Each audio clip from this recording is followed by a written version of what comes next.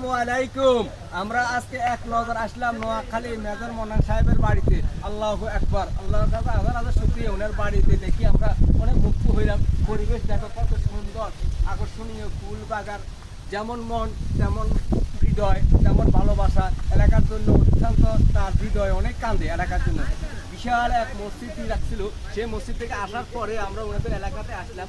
আসি ওনার সুসম্পর্ক বা সম্পর্ক শুনি মনটা অনেক ভালো লাগলো। এত বড় মনের একজন মানুষ, আল্লাহু আকবার। মনের সাবের মতো মন মানুষের যেমন, তার হৃদয়টা সেরকম বিশাল বড় ভালোবাসা এবং ফুলের ফুলে বাগান এবং সোসাইট দেখতে কত আকর্ষণীয় লাগতেছে। অনেক সুন্দর একটা জায়গা, দেখতে ভালো লাগতেছে। যত দেখি অতই ভালো লাগে।